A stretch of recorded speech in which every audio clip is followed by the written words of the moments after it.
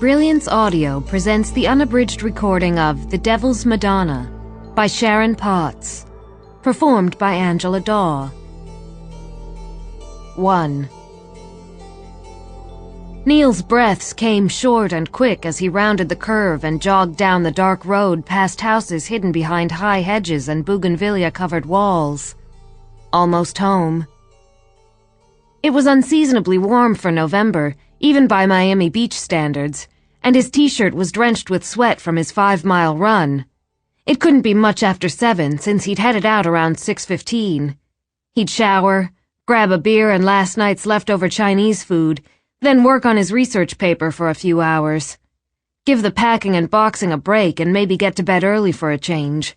The narrow sidewalks were cracked and overgrown with bushes, so Neil stayed in the street. There were very few cars, just like when he was growing up. It was weird. He'd only been back a few days, but it seemed as though he'd never left. This was where he used to ride his bike, sneak over to the vacant lot by the bay to fish, hang out behind the big old banyan tree and smoke pot. In the distance, he could see an unnatural, wavering brightness coming through the windows of the neglected 2-story house next door to the one where he'd spent his childhood. The movement of low-hanging palm fronds in the front yard created the illusion of an old black-and-white movie on a broken projector. He tried to process what he was seeing. The interior lights were expanding and contracting, a lot like flames. What the hell? He went from a jog to a sprint. The 1930s house came into blurred focus, tall columns holding up the portico, black shutters slightly askew against white stucco walls overgrown with ivy.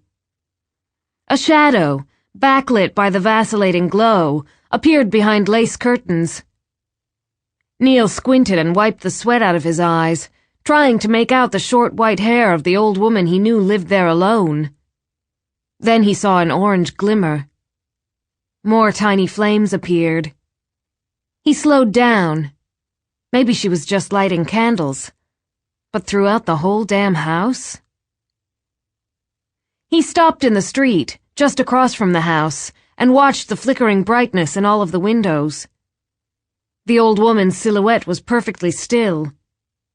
He could make out her profile: straight nose, angular jaw ending in a pointed chin, long, slender neck, like a flawless cutout for a valentine. She was holding her arm in front. Sample complete.